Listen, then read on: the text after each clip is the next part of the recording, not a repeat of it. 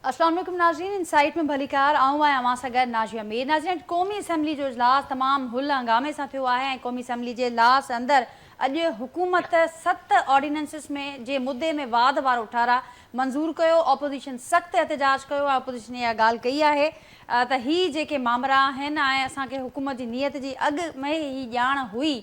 उन्हनि इहो बि चयो आहे त इन मामलनि ते न त असां सां मशावरत थी आहे, न ई असांखे ऑन बोर्ड वरितो वियो आहे। ॿिए पासे ख़ुदि पाकिस्तान पीपल्स पार्टी जेका हिन हुकूमती इतिहाद जो हिसो आहे उन पिणु एतिराज़ वारिया आहिनि। सीनियर अॻवाननि इहा ॻाल्हि कई आहे त हुकूमतूं ऑर्डिनेंसिस सां न हलंदियूं आहिनि। नाज़रीन, उन खां सवाइ जेके ॿियूं असांखे डेवलपमेंट्स नज़र अचनि थियूं, गुज़िरियल ॾींहुं पेशावर हाई कोर्ट दरख़्वास्तूं ख़ारिज कयूं मख़सूस सीटुनि वारे मामले ते सुन्नी इत्तेहाद काउंसिल जूं, ऐं उनखां पोइ अदालत में चैलेंज करण जो इहो ऐलान बि साम्हूं आयो त असीं अॻियां जेके हायर फॉरम्स आहिनि उन्हनि ते वेंदासीं। अॼु हिकिड़ी ॿी डेवलपमेंट साम्हूं अचे पई त जेके इत्तेहादी काउंसिल में शामिलु थिया हुआ, ज़म थिया PTI जा मेंबर्स, हाणे उन्हनि जी वापसीअ जो फ़ैसिलो नज़र अचे पियो। कुझु पार्टीअ जे अॻुवाननि रिग्रेट्स बि शो कया आहिनि त असांजी जेका शमूलियत हुई सुन्नी इत्तेहाद काउंसिल में मशावरत थी, पर ही इन फ़ैसिले में असांखां ग़लती थी आहे। ही मामला आहिनि नाज़रीन। उनखां सवाइ असांखे किथे किथे मुफ़ाहिमत वारा जेके मामला आहिनि उहे बि नज़र आया आहिनि। शहबाज़ शरीफ़ साहब, अली अमीन गंडापुर विच में जेका मुलाक़ात रही, उनखां पोइ असां ॾिठोसीं त JUI पारां सेनेट अंदरि पाकिस्तान पीपल्स पार्टी जी सपोर्ट ऐं पाकिस्तान पीपल्स पार्टी जी बलूचिस्तान में JUI जी सपोर्ट, ही वारा मामला बि नज़र आया। गुज़िरियल ॾींहुं सिंध अंदरि हिकिड़ो मामिलो नज़र आयो, तकरारी इरसा चेयरमैन जी मुक़ररी वारो, जंहिं ते सिंध हुकूमत पारां सख़्तु एहतजाज कयो वियो ऐं उनखां पोइ 24 कलाकनि अंदरि उहो नोटिफिकेशन वापसि वरितो वियो। पर असां ॾिसूं था त उहो जेको ऑर्डिनेंस हो जंहिं तहत उहे तरमीमूं थियूं उहो अञा बरक़रार आहे, जंहिं ते पिणु ख़ातिरी कराई वई आहे, पर अञा उन ते का डेवलपमेंट नज़र कोन पई अचे। पर ही जेके मामला मुख़्तलिफ़ नज़र अचनि पिया, हिन खे ॿिनि एंगल्स सां ॾिठो पियो वञे। हिकिड़ो एंगल इहो नज़र अचे पियो ॾिसण वारनि खे, माहिरनि खे, त ही इत्तेहादी हुकूमत जा उथंदे ई इख़्तिलाफ़ ज़ाहिर थियनि पिया, उहे ऐवान अंदरि बि नज़र अचनि पिया, ऐवान खां ॿाहिरि बि जेके मामला आहिनि उते नज़र अचनि पिया। ऐं ॿिए पासे हीअ ईअं बि ॾिठो पियो वञे त मुफ़ाहिमत जा जेके असर आहिनि, रंग आहिनि, जंहिंजे करे जेके ॿई अहम उहिदनि ते वेठल जेके शख़्सियतूं आहिनि हुकूमत जूं, आसिफ़ ज़रदारी साहब ऐं शहबाज़ शरीफ़ साहब, उन्हनि जो जेको जादू आहे उहो हलणु शुरू थियो आहे। अॻु असां ॾिठोसीं त PTI मुफ़ाहिमत वारो रस्तो वरितो, अली अमीन गंडापुर साहब, ऐं हाणे JUI बि मुफ़ाहिमत वारो असरु आहे। पर हाणे इहो हिन जी जेका लिमिट आहे उहा केसि ताईं आहे ऐं केतिरी हद ताईं ही जेका मुफ़ाहिमत आहे उहा फैलियल हूंदी, उन ते पिणु अॼोके प्रोग्राम में फोकस कंदासीं। ऐं उनखां सवाइ last but not the least, IMF जो मिशन हिते मौजूदु आहे। अॼु ॻाल्हियुनि जो ॿियो दौरु शुरू थिए पियो। पुराणी जेको कर्ज़ प्रोग्राम हले पियो मौजूदु आहे उनजी किस्त ऐं नए प्रोग्राम जे हवाले सां इहे ॻाल्हियूं हलंदड़ आहिनि। पर नओं कर्ज़ु आहे त मुतालबा बि IMF जा नवां साम्हूं अचनि पिया त कहिड़े रीति ही हुकूमत उनखे डील कंदी ऐं ही मुतालबा मञण जी पोज़ीशन में असीं केतिरे हद ताईं आहियूं ऐं असांजी पंहिंजी जेका सूरत हाल आहे उन ते केतिरा असर पवंदा, इन खे अॼु के प्रोग्राम में डिस्कस कंदासीं। जेको पैनल मूंसां गॾु मौजूदु आहिनि जो तारुफ़ असां कराईंदसि, कराची स्टूडियो में मूंसां गॾु मौजूदु आहिनि पाकिस्तान पीपल्स पार्टी जा सीनियर अॻवान आहिनि, सेनेटर करीम ख़्वाजा साहब मूंसां गॾु हिते मौजूदु आहिनि। उनखां सवाइ नाज़रीन जमाल सिद्दीकी साहब आहिनि, पाकिस्तान तहरीक इंसाफ़ जा सीनियर अॻवान आहिनि, कराची स्टूडियो में ई मूंसां गॾु मौजूदु आहिनि। मूंसां गॾु असलम गौरी साहब आहिनि जेके मरकज़ी तर्जुमान आहिनि JUI फे जा, उहे मूंसां गॾु वीडियो ज़रिए जो के प्रोग्राम जो हिसो आहिनि। ऐं इश्तियाक बेग साहब मूंसां गॾु मौजूदु आहिनि, नाले वारा सनतकार आहिनि ऐं नून लीग जो जेको बिज़नेस फॉरम आहे उनखे हेड कनि पिया। अवां सभिनी खे भलीकार, अवां सभिनी जी महिरबानी, अवां गुफ़्तगू जे लाइ वक़्तु कढियो ऐं अवां सभिनी जी इजाज़त सां जेके मामला नज़र अचनि पिया, करीम साहब अवां खां आगाज़ कयां थी गुफ़्तगू जो। ॿ शयूं जिन ते असांखे हुकूमत ॿुधायो त असांजो फोकस रहंदो, हिकिड़ो क्राइसिस जेको पॉलिटिकल फ्रंट ते आहे, ॿियो क्राइसिस जेको माशी फ्रंट ते आहे। हाणे जेको पॉलिटिकल फ्रंट ते असांखे मामला नज़र अचनि पिया, अव्हां जा मुख़ालिफ़ इहा ॻाल्हि कनि पिया त अञा कुझु ॾींहं गुज़रिया आहिनि ऐं इख़्तिलाफ़ मामला नज़र अचणु शुरू थिया आहिनि ऐं किथे किथे मुफ़ाहिमत जा रंग बि नज़र अचनि पिया। कीअं ॿुधाईंदो हुकूमत जेको ही स्टार्टिंग वारो पीरियड आहे हिनखे कीअं ॾिसो पिया? ॾिसो, अॼु अख़बारुनि में बि आयो आहे त जनाब सदर आसिफ़ अली ज़रदारी साहब वेलकम कयो आहे त प्राइम मिनिस्टर शहबाज़ शरीफ़ साहब अली अहमद गंडापुर सां मुलाक़ात कई ऐं उनखे सुठे लफ़्ज़नि में हुन ॻाल्हि कई आहे। जेसि ताईं इरसा जो जेको इशू आहे त उहो क़ानूनी टेक्निकल इशू हो जंहिंमें हर पॉलिटिकल पार्टी इज़हार कयो ऐं हुननि वापसि बि वरितो। जेसि ताईं अॼु असेंबली में जेके ऑर्डिनेंस जी ॻाल्हि आई त असांजो MNA नवीद कमर साहब ऐं ॿिया जेके ऑपोज़िशन पार्टीज़ आहिनि उन्हनि सां उन्हनि पंहिंजो पॉइंट ऑफ व्यू ॾिनो त ऑर्डिनेंस न पर थ्रू डिबेट ऐं स्टैंडिंग कमेटी हलिजे। कल्ह जेका इलेक्शन ठही हुई उन में असांजी अंडरस्टैंडिंग जमात उलमा इस्लाम सां ठही बलोचिस्तान ऐं इस्लामाबाद में, that is a good thing. ऐं इन जनरल जेको आहे सो असीं चाहियूं था त पार्लियामेंट डेमोक्रेसी प्रॉपरली हलनि, सभु पॉलिटिकल पार्टीज़ गॾिजी हलनि त हिन में जेके असांजा फाइनेंशियल इशूज़ आहिनि पाकिस्तान जा, IMF जा इशूज़ आहिनि ऐं दीगर ॿिया इशूज़ आहिनि, उहे असां बेल आउट थियूं हितां। ऐं उहो बेल आउट उन सूरत में थींदासीं जॾहिं सभु पॉलिटिकल पार्टीज़ मुफ़ाहमती अमल में हिसो थिए। यकीनन प्रेसिडेंट ज़रदारी साहबु पहिरीं बि करे चुको आहे, पीपल्स पार्टी पहिरीं बि करे चुकी आहे, हाणे बि इंशाल्लाह अलाह चाहींदो त तव्हांखे शयूं सुठियूं नज़र ईंदियूं। त करीम साहब JUI जो मां ज़िक्र कयो त इहो मुफ़ाहमत केसि ताईं हलंदी, रुगो सेनेट ताईं महदूद रहंदी या ॿिया बि असांखे छाकाणि त JUI इलेक्शन ते हुकूमत साज़ीअ ते बि ख़दशनि जो इज़हार करे चुकी हुई? ॾिसो, मौलाना फज़ल रहमान ऐं आसिफ़ ज़रदारी जी इलाही पुराणी दोस्ती आहे ऐं दोस्त केॾी महिल नाराज़ थींदा आहिनि आपस में, वरी ठही बि वेंदा आहिनि। मौलाना फज़ल रहमान हिकिड़ो प्रेगमेस्टिक ऐं हिकिड़ो अमल पसंदि सियासतदान आहे।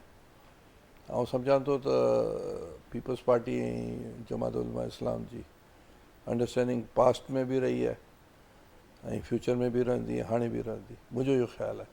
ठीकु। ऐं पार्लियामेंट वारी मां ॻाल्हि कई त पोइ अॻियां असां वधंदासीं। मां चयो त मुफ़ाहमती अमल सुठो आहे ऐं इनखे सभु आजियां बि कनि पिया त PTI अंदरि मौजूदु हुई, जेका हीअ मुलाक़ात थी, JUI वारी जेका मूव आहे इनखे बि पॉज़िटिवली ॾिठो पियो वञे। पर हीअ जेको मामला नज़र अचनि पिया, पार्लियामेंट अंदरि ऑपोज़िशन खे एतमाद में न वठणु, उन्हनि जी ॻाल्हि खे अहमियत न ॾियणु, हीअ मामला अवां सम्झो पिया ख़ुदि पीपल्स पार्टी एतिराज़ु करे पई त ऑर्डिनेंसिस सां हुकूमतूं नथियूं हलनि। वक़्त सां गॾु ॾिसो न, शुरू वारा 10-15 ॾींहं आहिनि, मस्तु थिया आहिनि जी। आउं सम्झां थो वक़्त सां गॾु इहे जेके बि पार्लियामेंट में माण्हू जेके वेठा आहिनि उहे एक्सपीरियंस्ड आहिनि ऐं तजुर्बेकार आहिनि ऐं आउं सम्झां थो त वक़्त सां गॾु इहे चीज़ूं जेके थोरी घणियूं इख़्तिलाफ़ात त रहंदा हर जॻह, पर आउं सम्झां थो ठही वेंदा। जमाल साहब कीअं ॾिसो पिया मां त हीअ वक़्त सां गॾु थोरो वक़्तु लॻंदो, थोरो अञा इंतज़ारु करिणो पवंदो ऑपोज़िशन खे बि, जेको मुफ़ाहमती अमल आहे मामरनि खे स्मूथ हलाइण जे लाइ जेका करीम साहब ॻाल्हि कनि पिया, थोरो इंतज़ारु करिणो पवंदो। नाजी इंतज़ारु करिणो पवंदो, 70 साल इंतज़ारु, इलाही सारी शयुनि जो पाकिस्तान इंतज़ारु पियो करे 70 सालनि खां। ग़रीब माण्हू महांगाई जे ख़तमु थियण जो इंतज़ारु पियो करे, पंहिंजे बचनि जी मुस्तक़बिल जो ख़्यालु इंतज़ारु पियो करे ऐं 3 टाइम जी मानी जो इंतज़ारु पियो करे। पाकिस्तान जे नसीब में इहे इंतज़ारु ई लिखियलु आहे त असां जहिड़ा सफ़ेद पोश माण्हू TV ते वेही क़ौम खे इहे ई पैगाम ॾींदा आहियूं त भई ये हो रहा है, मुल्क तरक्की करने वाला है, हम चांद पे चले जाएंगे, हमने तो बस ऐसा कर देना है, पाकिस्तान को सुपर पावर बना देना है। ना जी, बेसिक इशूज़ अगरि असां उनखां चशम पोशी कंदासीं त पोइ ठीकु आहे, सुबुह शाम इहा ई सियासत हलंदी आहे पाकिस्तान जी।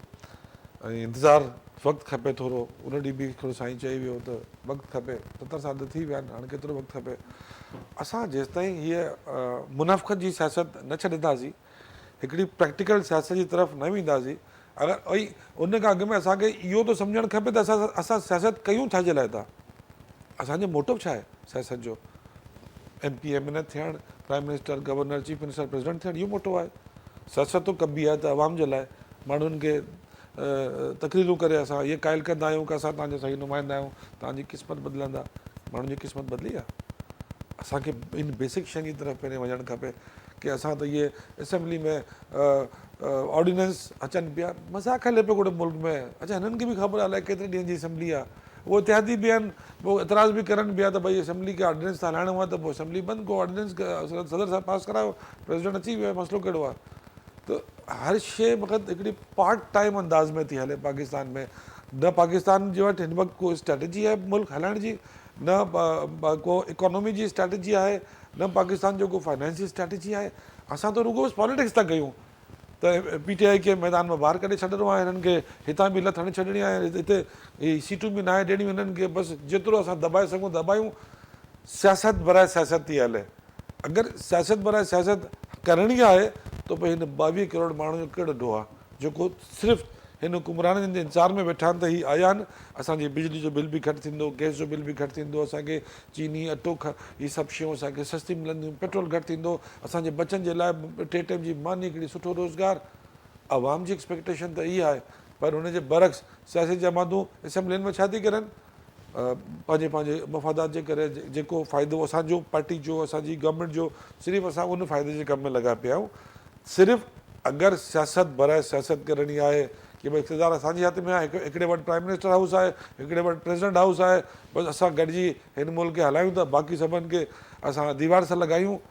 हिकिड़ी ॻाल्हि इहा बि सियासी माण्हू हिननि खे सम्झणु खपे त का बि सियासी जमात ऐं अमली सियासी जमात जंहिं 22-24 साल मैदान में प्रैक्टिकली महिनत करे सियासी जमात बणजण खां पोइ हुन इक़्तिदार ते पहुता आहिनि, 22 साल घटि न हूंदा आहिनि, पोइ अहिड़ी सियासी ठीकु जमात त पर जमाल साहब उन में अव्हां जूं पंहिंजूं ग़लतियूं केतिरियूं रहियूं, छाकाणि त कल्ह सीनियर जेके पार्टी जा अव्हां जा अॻवान आहिनि उहे इहा ॻाल्हि कनि पिया त सुन्नी इत्तेहाद काउंसिल में वञण वारो जेको असांजो फ़ैसिलो असांजी ग़लती पाण मञनि पिया त इन जे करे सीटुनि वारो मामिलो हिन हद ताईं असीं पहुता आहियूं।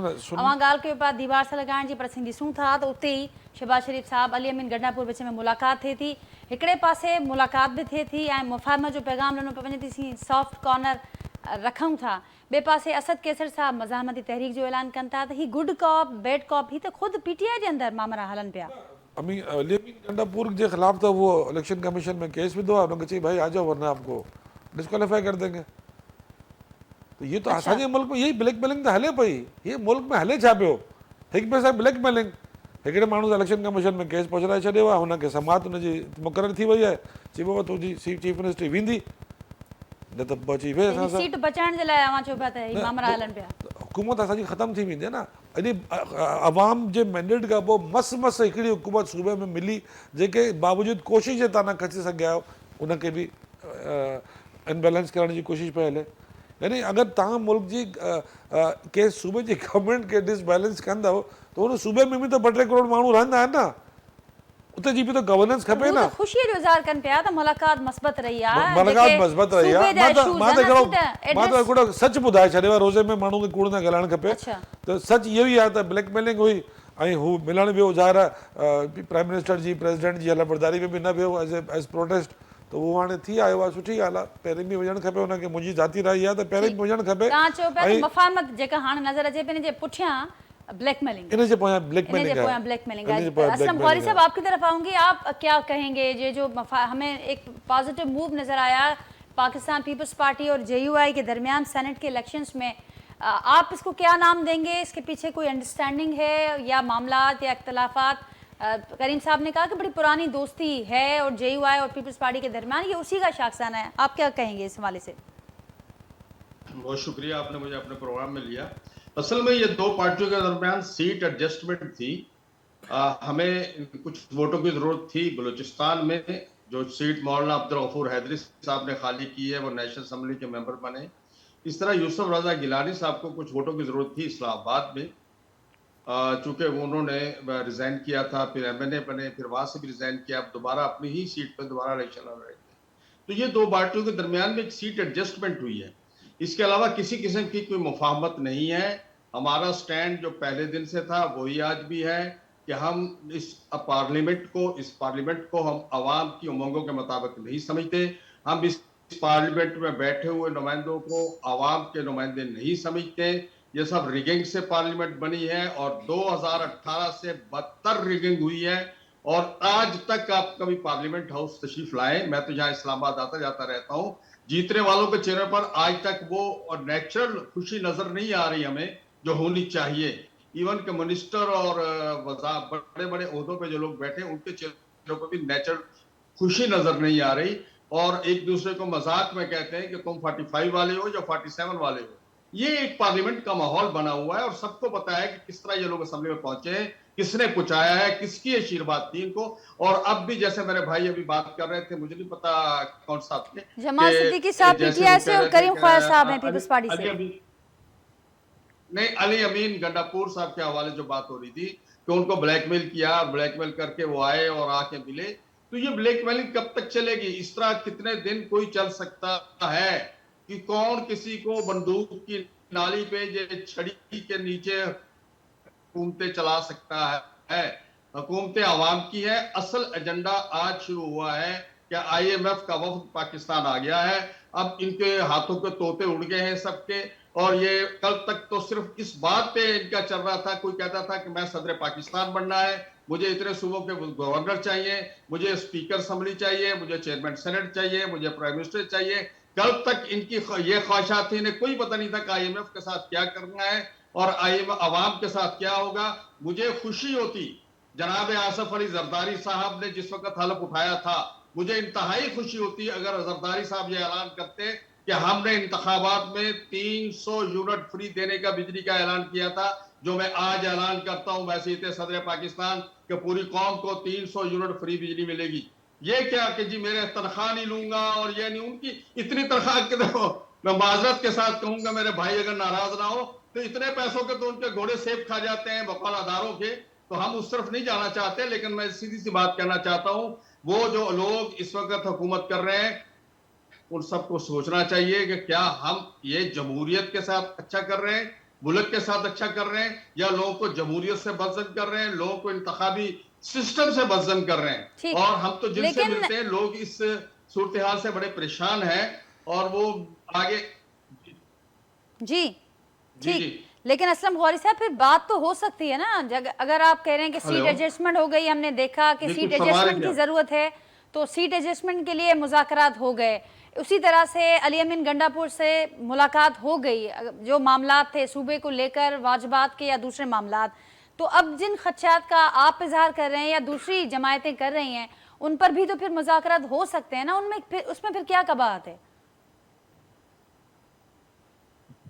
देखिए, हमें खदशात पीपल्स पार्टी, नून लीग या किसी और से नहीं है, या तहरीक इंसाफ से नहीं है। अगर गिला करना चाहे तो हमें गिला सबसे है। इसलिए कि मैं तो ये कहता हूं कि मेरी सीटें KPK में तहरीक इंसाफ को दी गई, इसी तरह मैं कहता हूं कि मेरी सीटें बलूचिस्तान में पीपल्स पार्टी को और सिंध में पीपल्स पार्टी को, बलूचिस्तान में और पंजाब में नून लीग को दी गई, कराची में इनको को दी गई। मुझे इनसे कोई लड़ाई नहीं है, ना इनसे मेरा बुरा इख्तलाफ उन लोगों से जिन्होंने ये सारा ये पूरे का पूरा ये सिस्टम बनाया, जिन्होंने सरपरस्ती की, और जो ये सब कुछ इलेक्शन कमीशन या उसके सरपरस्त जिन्होंने ये सारा निजाम बनाया, मुझे उनसे गिला है। और मैं चाहता हूं कि इस मुल्क का सिस्टम ठीक हो जाए। जब तक अवामी नुमाइंदे अवाम के वोटों से असम्बलियों में नहीं पहुंचेंगे, इस मुल्क का की जो है जो सिस्टम है वो दुरुस्त नहीं हो सकता, ना इस मुल्क को सीधे रास्ते पे मुतय्यन किया जा सकता है। इस वक्त जो सूरत हाल है, अवामी नुमाइंदे नहीं है, वो अवाम को जानते ही नहीं है, अवाम के अंदर बैठते नहीं है। उन्हें क्या पता हम अवाम के लिए, अवाम ने कितनी तकालीफ उठाती है यहाँ तक उनको पहुंचाने के लिए। मुझे इंतहाई तकलीफ दे ये कहना पड़ता है कि अवाम को हम 5 साल नोचते हैं, टैक्सेस के तो नाम उसके पे लिए नोचते हैं, हर तरीके से नोचते हैं, और 5 साल बाद जब मुझे एक मेरा हक मिलता है कि मैंने वोट के जरिए अपने लिए अपने नुमाइंदे का इंतखाब करना है, तो मुझे वो भी नहीं करने दिया जाता। ये अलमिया है। हम निकल रहे हैं इंशाल्लाह रोडों पे ईद के बाद, हम आपको बताएंगे। हम जब इस कौम को लेके निकलेंगे तो कौम आपको बताएगी कि कौम इस इलेक्शन से कितनी खुश है। ठीक ठीक, ईद के बाद मज़ामती तहरीक का पाकिस्तान तहरीक इंसाफ भी ऐलान कर चुकी है और कह रही है कि हम भी एक मज़ामती तहरीक और एक ग्रैंड अपोजिशन के अलायंस के हवाले से भी बातें हो रही हैं। इश्तियाक भाई साहब, आपकी तरफ आऊँगी। पॉलिटिकल फ्रंट पर तो ये सिचुएशन है, और ईद के बाद वो ये सारी अपोजिशन की जो पार्टीज़ हैं वो ये कह रही हैं कि ईद के बाद वो बाकायदा से एक तहरीक नज़र आएगी। अब जो मईशत का फ्रंट है, जो बड़ा अहम फ्रंट है हमारा, मुआशी फ्रंट पर आप ज़ाहिर है बेहतर समझते हैं, इस फील्ड से आपका बड़ा पुराना ताल्लुक़ है। अब क्या वहाँ पर क्या बताएंगे, कोई अच्छी कोई पेशरफ? क्योंकि ये सुनने में आ रहा है कि जो नए कर्ज को लेकर या नई किस्त को लेकर बड़े नए मुतालबात हैं वो सामने आए हैं। Thank you so much Nazia. पहले तो मैं आपको बताऊं कि मईशत को थोड़ा सा मैं तालिब इल्म हूँ, और मैं federation of Pakistan chamber of commerce का वाइस प्रेसिडेंट भी रह चुका हूँ, और मईशत को थोड़ा सा समझता हूँ। पहली बार इस वक्त जो IMF का वफ्द जो है पाकिस्तान में मुज़ाकरात कर रहा है, कोई नया लोन हम उनसे नेगोशिएट नहीं कर रहे, बल्कि उन्होंने एक आखिरी ट्रेंच है 1.1 बिलियन की, जो उन्होंने कहा था कि हम नई हुकूमत को देंगे, वो उसके लिए यहाँ पे आए हुए हैं। और वो जायजा ले रहे हैं कि उन्होंने जो हदायत दिए थे IMF के क्या वो हदायत जो थे वो हमने पूरे किए हैं कि नहीं। और आईएमएफ ने खुद भी ये कहा है कि वो काफी मुतमईन हैं, और यहाँ पे इसका क्रेडिट जो है मैं केयर टेकर गवर्नमेंट को दूंगा कि उन्होंने जितने अरसे भी रहे, कम से कम आईएमएफ के जो हदायत थे जो उन्होंने हमें दिए थे वो उसको लेके चले, और एक अच्छी परफॉर्मेंस उन्होंने दी। यही वजह है कि इंशाल्लाह आप देखेंगे कि इस महीने के आखिर तक पाकिस्तान को 1.1 बिलियन डॉलर जो है वो आईएमएफ जो है जो किस्त उसने देनी है, जो आखिरी किस्त है, जो प्रोग्राम अप्रैल में खत्म हो रहा है, वो हमें मिल जाएगी। ये कोई नया प्रोग्राम नहीं है, बट प्राइम मिनिस्टर साहब ने बड़े खुले अल्फाज में ये कह दिया है, खासतौर पे फाइनेंस मिनिस्टर के, कि हमें एक और प्रोग्राम में आईएमएफ के साथ जाना होगा, और ये तौसीफ फंड सहूलत होगी, यानी कि लॉन्ग टर्म ये होगा ईएफएफ, और तकरीबन ये 6 बिलियन डॉलर से ऊपर का होगा। जो लास्ट प्रोग्राम था वो 3 बिलियन का था, शॉर्ट टर्म था। ये जो है ये लॉन्ग टर्म होगा और 6 बिलियन डॉलर से ज्यादा होगा। इसमें डेफिनेटली आईएमएफ जो है वो नई शराइत लेके आएगी, क्योंकि नया प्रोग्राम है। और आईएमएफ की इस बार जो सबसे बड़ी चीज है वो ये है, आईएमएफ कह रही है कि आप तकरीबन 500 बिलियन रुपीस जो हैं हर साल जो हैं वो उन इंडस्ट्रीज को हुकूमत की दे रहे हैं जो लॉस मेकिंग के अंदर जा रही हैं। तो आप ये बताइए कि किस तरीके से उस खसारे को हम रोक सकते हैं और हम प्राइवेटाइजेशन में जा सकते हैं। उनका ज्यादा जोर जो है वो पीआईए की तरफ है, जो एक कई अरबों का जो है हर साल लॉस हो रहा है। हमारा दूसरा जो है स्टील मिल जो है एक वाइट एलिफेंट है, उसकी तरफ हो रहा है। तो ये आईएमएफ का जो प्रोग्राम है, इंशाल्लाह आप देखेंगे कि ये ट्रेंच भी हमको मिलेगी और दूसरी चीज भी होगी। जहां तक आपने, मगर यहाँ पे मैं थोड़ा सा एक आपको बतलाना चाहता हूँ कि जी जब आईएमएफ का वफ्द आ रहा था तो पीटीआई ने एक लेटर उनको लिखा कि नए प्रोग्राम के लिए जो हम उनको जा रहे हैं कि पाकिस्तान को लोन नहीं दिया जाए। देखिए पाकिस्तान में बेनजीर साहिबा जो हैं वो भी जेल में रही।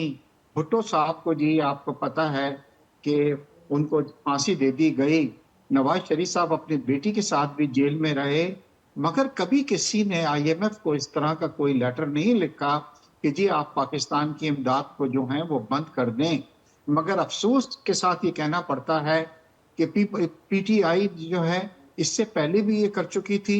जब शौकत तरीन साहब इनके फाइनेंस मिनिस्टर थे उस वक्त भी आईएमएफ को इन्होंने कहा था कि पाकिस्तान के साथ आप जो है माहिदा साइन नहीं करें।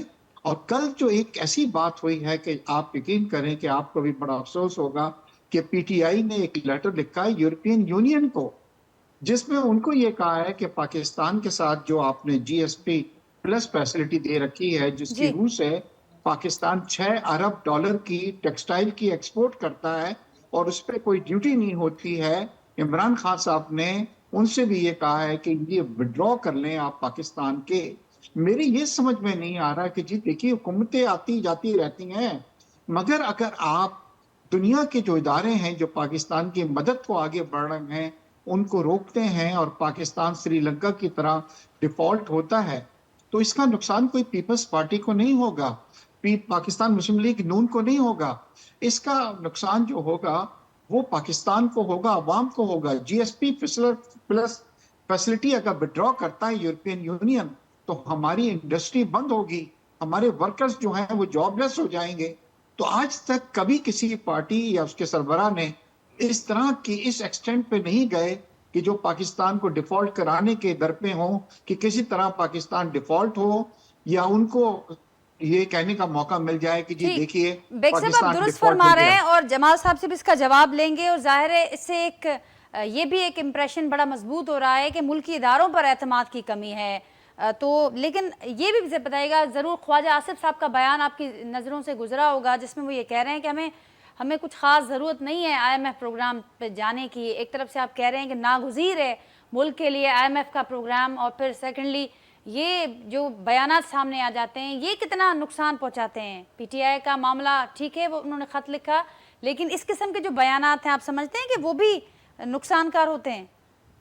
देखिए लास्ट टाइम जब इमरान खान साहब की हुकूमत थी तो उन्होंने एक बहुत बड़ी गलती ये की थी कि वो भी आईएमएफ प्रोग्राम में बहुत लेट गए थे, जिसकी वजह से असद उमर साहब को अपनी जॉब से जाना पड़ा था। आईएमएफ का प्रोग्राम नागजीर है जिसमें हमें जाना है, और अगर हम इसमें डिले करेंगे तो इससे हमें नुकसान होगा। देखिए 1.1 बिलियन जो अभी आईएमएफ हमें देने जा रहा है, ये कोई इतना बड़ा अमाउंट नहीं है। पाकिस्तान की माशाल्लाह जो रिमिटेंसेस हैं जो ओवरसीज पाकिस्तानी देते हैं वो 32 बिलियन डॉलर हैं हर साल। इसी तरह हमारी एक्सपोर्ट्स जो हैं वो 32 बिलियन डॉलर के करीब हैं। तो 1.1 बिलियन इतना वो नहीं है, मगर आईएमएफ हमेशा एक ऐसी छतरी तस्वुर की जाती है कि अगर वो हमारे साथ कोई मुआहदा करती है तो दूसरे financial institution, world bank, Asian bank, Paris club, ये लोग फिर कभी पाकिस्तान की उनके बारे में नहीं पहुंचती, क्योंकि उनको पता होता है कि आईएमएफ ने जो प्रोग्राम किया है, उन्होंने इस्लाहत पे जो तवज्जो लेकिन दी बेग है, साहब तो पूरी वो दुनिया की ये कोशिश है बाकी ममालिक की किसी तरह से कर्जों से, कर्ज प्रोग्राम से अपनी जान छुड़ाएं, लेकिन हम अभी तक इस प्लानिंग में लगे रहते हैं कि तवील मुद्दती कर्ज प्रोग्रामों में हम जाएं, इन्वेस्ट करें और अपने पैरों पर मईशत कैसे खड़ी होगी इसका सैडली अभी तक कोई इनिशिएटिव या डायरेक्शन क्लियर नहीं है। जमाल साहब जेका ॻाल्हि बेग साहब कनि पिया, हाणे ज़ाहिर आहे बयान जेके साम्हूं अचनि पिया बेग साहब उन जो रिस्पॉन्स न ॾिनो, ख्वाजा आसिफ उन खां अॻे साग डार साहब अहिड़ा बयान ॾिना हुआ, पर हाणे ही जेको मामिलो साम्हूं अचे पियो, यूरोपीय यूनियन खे ख़त लिखणो हुजे, IMF खे लिखणो हुजे, इन जी पंहिंजी हिकिड़ी एक्सप्लेनेशन पाकिस्तान तहरीक इंसाफ़ हिकिड़ी जस्टिफिकेशन ॾींदी रहे थी, पर ज़ाहिर आहे ही इम्प्रेशन, पर ही बि त हिकिड़ो मामिलो आहे त ख़ुदि मुल्की इदारा बि त मौजूदु आहिनि, जेकॾहिं किन शयुनि ते ख़दशा आहिनि, ऑडिट जो मामिलो आहे या के ॿिया मामला या जेल में सहूलियतूं नथियूं मिलनि, त मुल्की इदारनि खे छो नथो एतमाद करे PTI हमेशह ॿाहिरि इदारनि खे छो पई ॾिसे? नाजिया ईअं न आहे, जेको IMF खे ख़त लिखियो आहे उहो त पब्लिक थी चुको आहे न, जी उन ख़त में त क्लियरली लिखियो आहे त हिन में असां त इहो जुमिलो ई कोन इस्तेमालु कयो आहे की इमदाद न ॾिनी वञे न, जी त हीअ त पढ़ा लिखिया ऑडिट माण्हू जो आहिनि। ज़िक्र थियो, पर IMF जवाब ॾिनो आहे त असीं हाँ, इंटरफेयर न मगर ये कंदासीं। तो पंहिंजे पाण खे मैशत जो तालिब इल्म चवरायो आहे माशाल्लाह, ये इंसान इश्तियाक बेग साहब, हाँ मां इख्तियार बेग सम्झुमि पीपल्स पार्टी वारो, त अगरि एतिरो इकनॉमिस्ट मुंहिंजो भाउ अगरि रहियो आहे त हुनजी ज़िम्मेदारी बि आहे त मुल्क जी मैशत कहिड़े पासे थी वञे थोरो हुनजो तस्करो बि करे हा, पोइ हुकूमतूं ऐं मौजूदा हुकूमतनि खे मैशत कीअं हलाइणी आहे थोरो हुनजो बि तस्करो करे हा।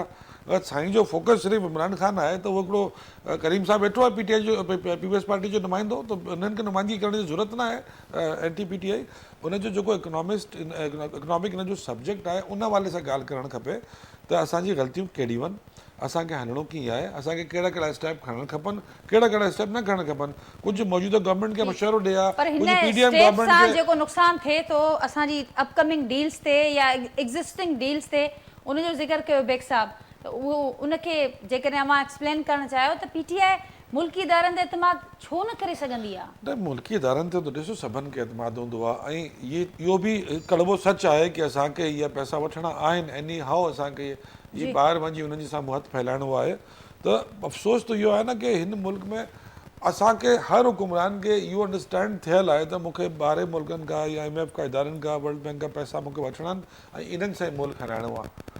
अच्छा अॼु ताईं की मां कंहिं बि गवर्नमेंट कंहिं बि प्राइम मिनिस्टर इहा प्लानिंग ई न कई आहे की मूंखे ई पैसा वापसि बि ॾियणा आहिनि।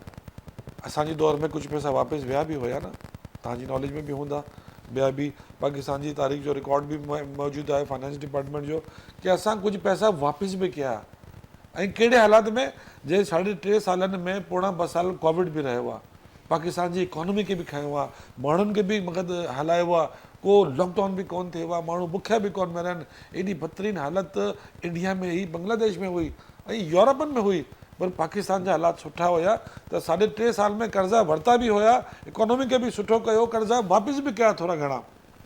अहिड़ी मिसाल अगरि पाकिस्तान जी 70 साल जी तारीख़ में आहे त उहो माण्हू साम्हूं अचे ऐं उनखे असां चऊं था की बाबा तूं सुठो माण्हू आहीं, तो वटि सुठो इकोनॉमी प्लान आहे मुल्क हलाइण जो, तूं हलाए। पर असां इहो ॾिठोसीं, करीम साहब खां मां जवाबु वठंदमि इन खां पोइ, ऐं पर असां इहो ॾिठोसीं त अवां एॾो सुठो प्लान ॿुधायो पियो त मिसाल नथो मिले मुल्की तारीख़ में जेको कुझु इकनॉमिक फ्रंट ते जेको कुझु पाकिस्तान तहरीक साहिब दौर में थियो, पर असीं ॾिठोसीं त जिन उहो कमु कयो, जेके अव्हांजी टीम जा माशी टीम जा माहिर उन सभिनी खे अवां बैक टू बैक हटाईंदा पिया, असद उमर साहब हुजे, हू हुजे, न न न उहो बेसिकली हिकिड़ो स्ट्रेटजी हूंदी आहे, मगर ज़ाहिर आहे पाकिस्तान खे बि के किथां बि त ऑपरेट पाकिस्तान थींदो आहे न, जीअं तो कड़वो सच आहे असांखे हाणे TV ते चवणो खपे न खपे, पर असांजी बि मजबूरी आहे त हुनखे इहो फाइनेंस मिनिस्टर न खपे, हुनखे इहो फाइनेंस मिनिस्टर खपे, त सभिनि जी मजबूरी आहे।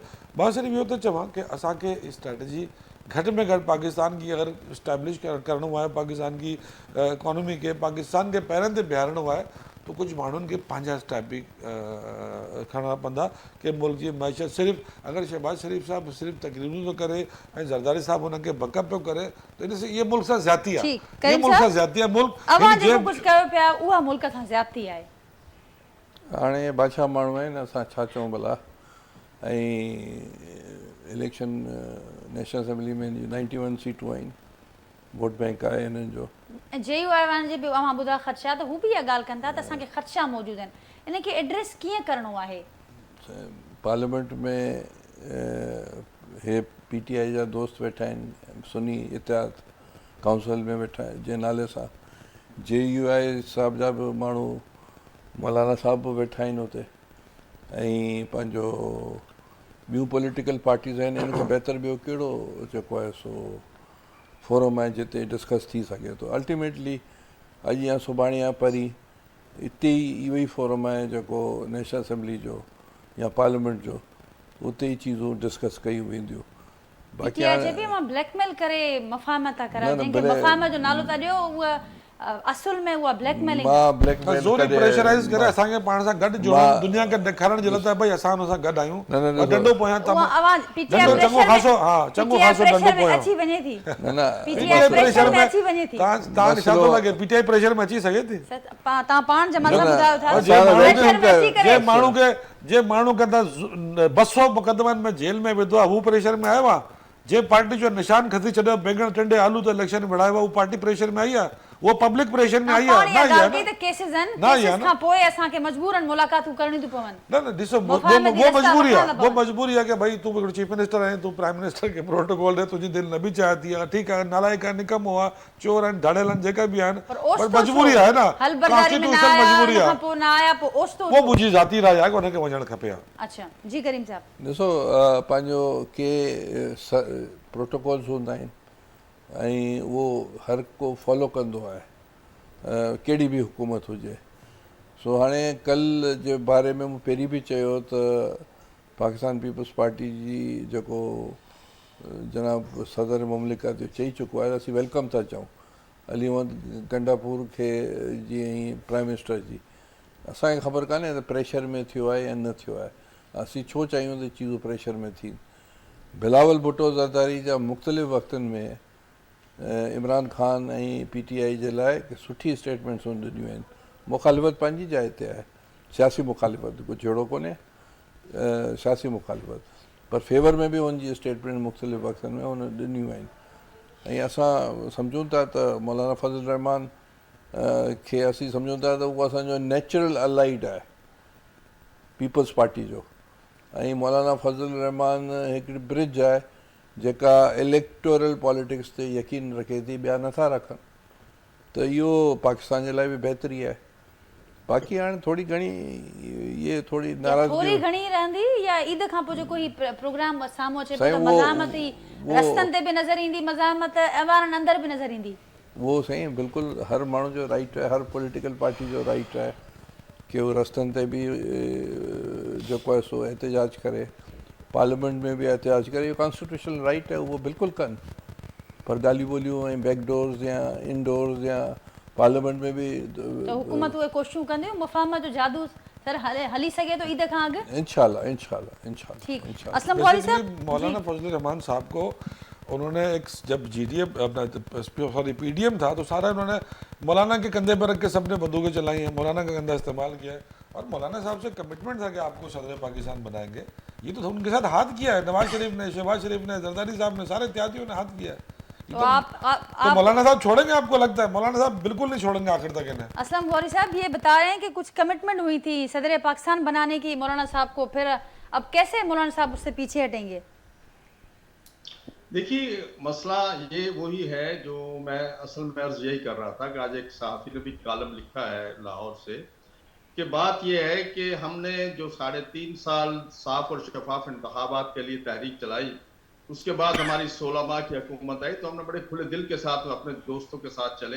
हमारी हालांकि ख्वाहिश ये नहीं थी कि इस पर अदब एतमाद लाई जाए और हुकूमत का हिस्सा बना जाए, लेकिन हमने दोस्तों की ख्वाहिश के साथ चले। लेकिन बदकिस्मती से जब इलेक्शन आया तो दोस्तों ने अपना अपना रुख किया। सिंध में पीपल्स पार्टी का रवैया जो हमारे साथ रहा, आपसे कोई ढका छुपा नहीं है। इस तरह पंजाब में जनाब मोहतरम मेरे भाई हैं इसहाक डार साहब, उन्होंने बड़े खुले दिल से कहा कि जी इलेक्शन अपना अपना है और सियासत अपनी अपनी है, मौलाना साहब का एहतराम करते हैं। तो मैं समझता हूं कि इन हजरात ने अल्लाह इनको खुश रखे, जो भी इन्होंने किया इनके ऊपर जो भी इनकी मर्जी है। लेकिन हम चूंकि तहरीकी लोग हैं, हम रोड पे रहने वाले लोग हैं। जमीयत उलमा इस्लाम एक तहरीक का नाम है, सियासी पार्टी बाद में, पहले तहरीक है। और वो आज से नहीं है, वो इंडिया से तहरीक की सूरत में आ रही है और 100 साल से ऊपर हमारी पार्टी को इस वक्त हो चुका है और हमने हर तहरीक का हम हराबल दस्ता रहे हैं। हम इस मुल्क की या तो जमहूरियत को अब ठीक करेंगे इंशाल्लाह, या फिर अगर जमहूरियत ठीक नहीं हुई तो फिर हम जमहूरियत को खैरबाद कहेंगे, इस पार्लियामेंट को भी खैरबाद कहेंगे और आवाम के साथ रोडों पे रहेंगे। और चूंकि ये जो इस वक्त कंट्रोल्ड जमहूरियत है, जिस कंट्रोल्ड जमहूरियत के तहत पार्लियामेंट बनी है, सेनेट बना है या असम्बलियां बनी है, तो असलम गौरी साहब, ये ठीक कैसे करेंगे? ये रस्तों पे आने से, क्या ये रस्तों पे आने से ये ठीक हो जाएगी? देखें, हम 3.5 साल रस्तों पे रहे हैं, तो हमने कभी आवाम को ना तकलीफ दी है, ना हमने हुकूमती वसाइल को तंग किया है। हमने अपना एक इस्तेहकाक है जो हमें मिलता है आईने पाकिस्तान में, हम अपना उस इस्तेहकाक को इस्तेमाल करेंगे। हमारा राइट बनता है कि कोई हमें मारे और हम रोए भी ना, ये तो हक नहीं बनता। हमारा वोटर हम पे बड़ा दबाव है, हमारे वोटर का बहुत ज्यादा प्रेशर है। वो हम मुश्किल से ये रमजान का महीना गुजार रहे हैं। आप देखेंगे कि जब हम आवाज देंगे, हमारा वोटर कैसे रोडों पे आएगा और बताएगा, पूरी दुनिया को बताएगा कि हम वो वोटर हैं जिन्होंने इनको वोट दिया था और उनका वोट चोरी हुआ है। ठीक, गौरी साहब, बिल्कुल हक बनता है एहतजाज का हर जमहूरी पार्टी का, लेकिन उससे आप अचीव क्या कर पाएंगे? मेरा सवाल ये था। और फिर जो जमाल साहब ने यहाँ पर जो बात की उसका भी जरूर जवाब दें कि वो कह रहे हैं कि जो एक्सपेक्टेड कुछ शेयर था वो JUI के हिस्से में नहीं आया। अब ये सारी मज़ाहमत, ये सारे मामला इस वजह से हैं। आप खुद भी कह रहे हैं कि वोटर का बड़ा प्रेशर है JUI पर। देखिए, बात जमाल साहब जो कह रहे हैं, मैं समझता हूं किस हद तक उनकी बात दुरुस्त है, लेकिन बात सीधी सी है कि ये इलेक्शन हुआ कैसे, किस तरह से हुआ, आपके सामने है। अभी इसी वक्त आप इसी सिंध में नेशनल असेंबली का 191 से लेके 194 तक के हल्के खोल लें, आपको पता चल जाएगा इलेक्शन कैसे हुआ है। तो जिनका काम है खोलना, असलम गौरी साहब, उनकी तरफ जाए ना। रस्तों पे आने से तो मसाइल हल नहीं होंगे। जिनका काम है, जो मुतालिका फोरम्स बने हुए हैं, ट्रिब्यूनल्स बने हुए हैं, उनकी तरफ चले जाएं। देखिए, रस्तों में आना भी आईने पाकिस्तान में हमें ये हक दिया है, बिल्कुल हक दिया है, लेकिन उससे निकलेगा क्या? हम अपने देखें, बात सुने, हमारा जो जमहूरी हक है, हमारे साथ जो ज्यादती हुई है, हम वो कौम को बताएंगे, दुनिया को बताएंगे और सारी दुनिया के सामने इस आवाज को उठाएंगे कि ये कैसी जमहूरियत है। हम इस जमहूरियत को नहीं मानते, या तो जमहूरियत को खत्म करते हैं। इसी तरह ऐलान करें कि जी हम आमरीत के साथ चलना है और जो वो हमें हुक्म देंगे हम उसके मुताबिक चलेंगे। जैसे मेरे दोस्त बता रहे हैं कि अली अमीन साहब को कल उन्होंने आंखें दिखाई, वो बेचारा आ गया, वहां से चल के इस्लामाबाद पहुंच गया। तो अगर इसी तरह की जमहूरियत की जरूरत है तो JUI ऐसी जमहूरियत के साथ चलने के लिए तैयार नहीं है। इसलिए कि हमें तो KP में और बलूचिस्तान में हमें उन मुजाहमतकारों के साथ भी हमारी लड़ाई जारी है, जमहूरियत को कुफर कहते हैं। और इस जमहूरियत को कुफर कहने के बदले मैं 100-150 आदमी अपने शहीद करवा चुका हूं, और वो भी मुझे मारे और ये भी मुझे पर्ची के नाम और जमहूरियत के नाम पे मारे, तो ऐसा पॉसिबल नहीं है। ठीक, बेग साहब, ये पोलराइजेशन का माहौल और ईद के बाद भी एक माहौल बनने जा रहा है और ये सारा एहतजाज होगा, दूसरे मामलात होंगे, तो ये जो अदम इस्तेहकाम है, ये माशी इस्तेहकाम के लिए क्या रुकावटें पैदा कर सकता है? राजी, आपने बहुत अच्छी बात कही है कि देखिए, ये कहा जा रहा था कि जब इलेक्शंस होंगे तो उसके बाद ये अनसर्टेनिटी जो है ये खत्म हो जाएगी, मगर मुझे बड़ा अफसोस हो रहा है ये देख के कि अनसर्टेनिटी खत्म होने के बजाय इसमें इजाफा होता जा रहा है, और जिससे ये होगा कि हमारी मईशत जो है वो बहुत ज्यादा अफेक्ट हो जाएगी।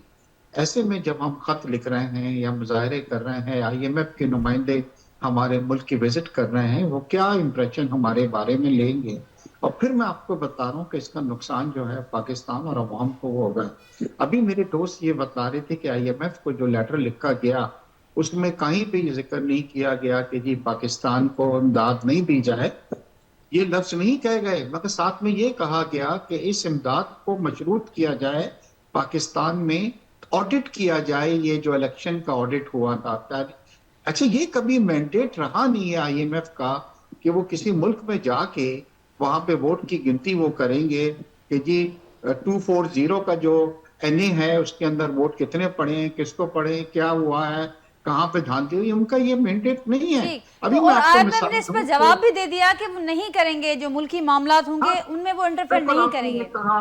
अच्छा, इसी तरह इनको जो लेटर लिखा गया है यूरोपियन यूनियन को, of course they did not use this word कि जी आप इनको नहीं दें, मगर ये मजरूत कर दें ह्यूमन राइट्स से, क्योंकि हमारे बड़े लोग जो हैं वो जेलों के अंदर बंद हैं। सवाल ये है कि जी हर जमात के लोग बंद रहे हैं, मगर उन्होंने कभी इस तरह के लेटर जो है वो इंटरनेशनल इदारों ठीक। को नहीं लिखे।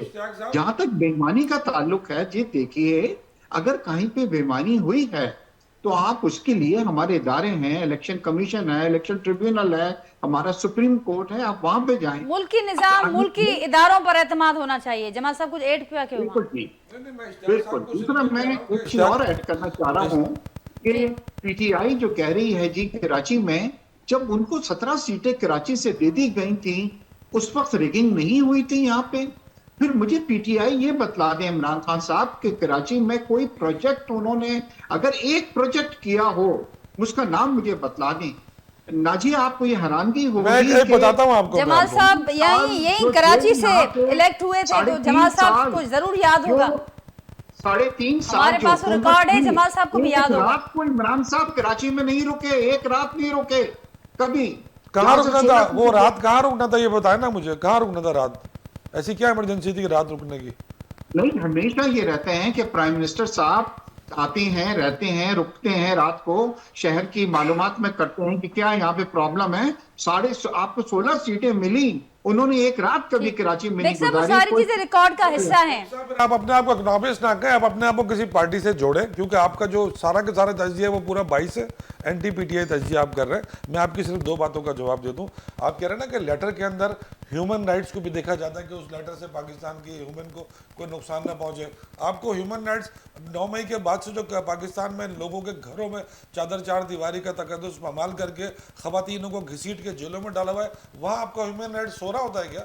वहाँ भी आपके ह्यूमन राइट्स को जागना चाहिए कि जो नाजायजियाँ कराची के इलेक्शन में हुई है, यानी 1 लाख लोग, लेकिन उसका हल मुल्की इदारे निकालेंगे या वोट देते मुल्क से बाहर इदारे निकालेंगे? 2018 में ये सीटें आपको दी गई थी, आपको कैसे पता ये सीटें हमें दी गई थी?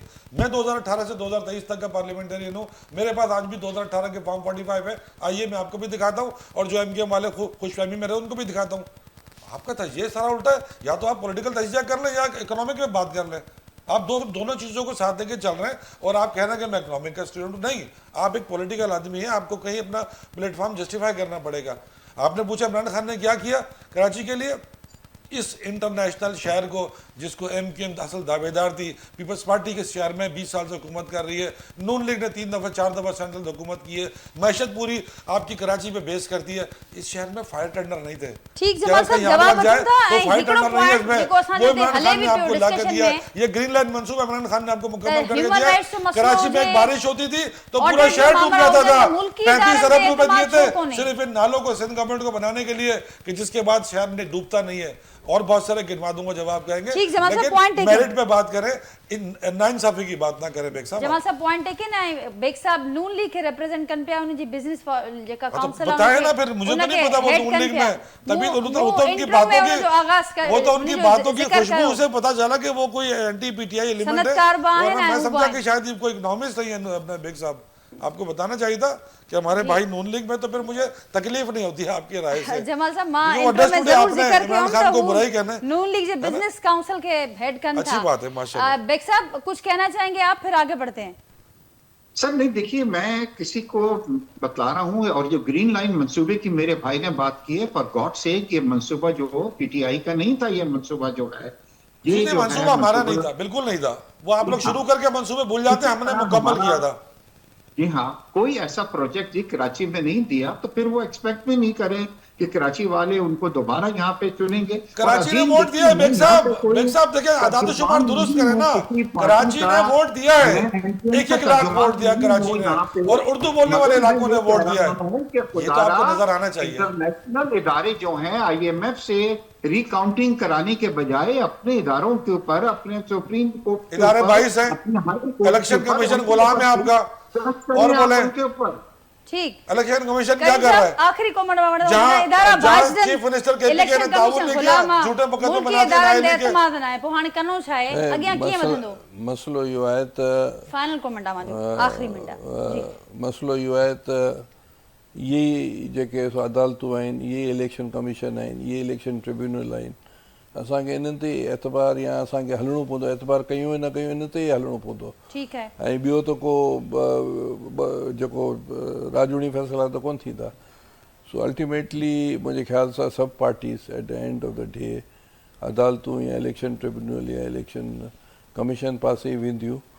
ऐं ॿियो जेकॾहिं अनारकी मुल्क में न फैलाइणी आहे त इहो ई हिकिड़ो हल आहे। ॿियो त हुकूमत इन ते कम कंदी या कम करे डेफिनेटली असां इहो सम्झूं था पीपल्स पार्टी त जेके मुल्क खे अॻियां हलाइणो आहे, इकोनॉमी वधीक करणी आहे, स्टेबिलिटी करणी आहे, जेके असांजा नेबरिंग कंट्री सां तालुकात रखणा आहिनि, IMF सां रिलेशन्स रखणा आहिनि, त पोइ गॾियल नमूने पार्लियामेंट में ई कमु थी मुफ़ाहमत खे सघे थो। चूंडणो पवंदो। नजी वन लाइनर जमा सब टाइम नजी हाणे इन मुल्क में नई गवर्नमेंट अची चुकी है, जहिड़ी भी आई आहे, आसिफ अली ज़रदारी इस मुल्क जो सुप्रीम कमांडर बणिजी वियो आहे। हाणे हुनखे सोचणु खपे त मुल्क में जेको माशी इस्तेकाम न आहे उन जी वजूहात छा आहिनि।